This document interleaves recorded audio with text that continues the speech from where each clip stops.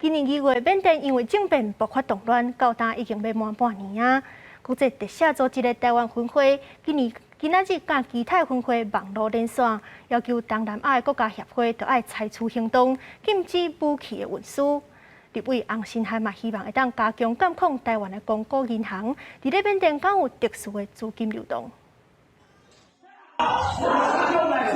缅甸自2月发生军事政变，军方用武力镇压，造成要千人死亡，6700多人被军方掠走。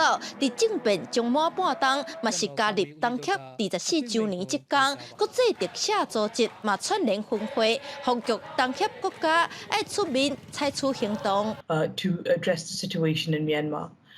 As a founding member of ASEAN, Malaysia bears the responsibility to show leadership when a crisis such as the coup. 进前，东协各国达成停止暴力、领导协助等各项国旗，已经满3个月。台湾立法院嘛伫4月通过缅甸国旗文，有立委就呼吁政府要有作为，嘛要避免有金流流向缅甸。企业跟台商的这个投资跟金流，我希望不要成为缅甸军方和这个对外金流的这些管道。经管单位、外交单位持续的在监督这件事情。金管会调查，伫缅甸的公股银行目前并无发现特殊金流，其他国营企业嘛无伫缅甸投资。另外，范群嘛表示，目前根据台湾版本的马克尼茨基人权问责法，后一个会期会送入法院，连接国际制裁维权统治者。